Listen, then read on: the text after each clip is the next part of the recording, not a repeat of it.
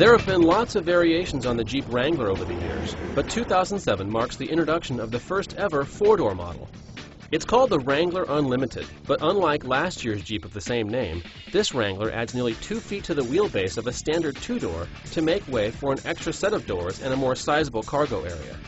Our test vehicle was a four-wheel drive in Sahara trim with a standard 6-speed manual transmission. We also had a chance to drive the heavy-duty Rubicon model on the Rubicon Trail itself. With standard 32-inch tires, front and rear locking differentials, ultra-low transfer case gears, and a front sway bar that can be disconnected with the push of a button, the Wrangler Rubicon is designed for serious rock crawling. After hours of threading our way through the most treacherous terrain imaginable, we'll just go ahead and say it. A Wrangler in Rubicon trim is the most capable off-road vehicle you can buy, period. Which is great if you spend most of your time on the trail. But most of us eventually have to get back to the real world, and it's there that the Wrangler loses some of its luster. For one, this Wrangler is slow. With only 202 horsepower and 237 pound-feet of torque from its 3.8-liter V6, our Unlimited only managed a 0 to 60 run of 9.7 seconds. That's more than 2 seconds slower than either the Toyota FJ Cruiser or the Nissan Xterra.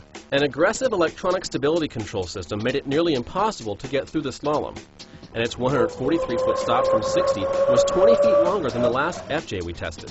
The Wrangler also feels rough around the edges in everyday driving. The seating position is awkward, the materials are no better than your average economy car, and the ride quality reminds you of its off-road roots with every bump. From a practical standpoint, it's not so bad. There's good second-row legroom, a solid stereo, and up to 86 cubic feet of cargo room with the seats folded down. And of course, there's also the convertible factor, a selling point that none of its competitors can match. Like most Jeeps before it, the Wrangler Unlimited is still a trade-off. You get a seriously capable off-road vehicle, but you pay for it on the pavement. The gap between the two is getting smaller, but it's still there. With an as-tested price of just over 30 grand, our Wrangler Unlimited was right in line with what you're going to pay for a similarly equipped Nissan Xterra or Toyota FJ. Between its off-road ability, the